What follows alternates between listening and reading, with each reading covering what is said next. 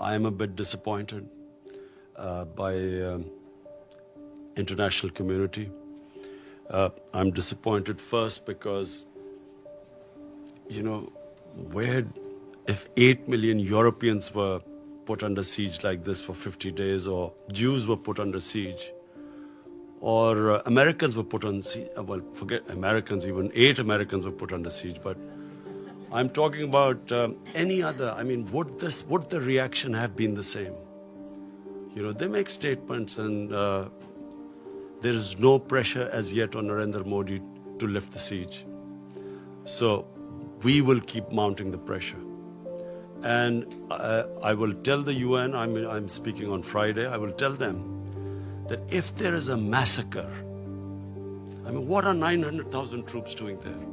When India says that, these Pakistan is sending these terrorists, 500 terrorists, what can 500 terrorists do in front of 900,000 troops? Why would you send 500 terrorists as what they're saying? 900,000 troops are not to fight terrorists. They are to control, intimidate and subjugate a population. And population, the entire Muslim population, I mean. This is why it is going to have repercussions far beyond Kashmir. Because 1.3 billion Muslims are watching this. Where is the world community? Where is the international community? Where are laws?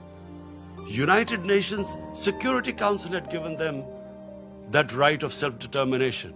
And what is happening to them now? So this will have repercussions. It's going to create radicalization. This is going to get worse. I'm flagging it right now because this is just the beginning. Once the curfew is lifted, God knows what is going to happen after that. Do they expect that the people of Kashmir, who've already lost 100,000 people in over 30 years, do they think that just because India has revoked Article 370, they will quietly accept the status quo? They will accept that India has taken over and annexed Kashmir? Of course, this is going to be there's every likelihood of there being a massacre. So the world community will be responsible.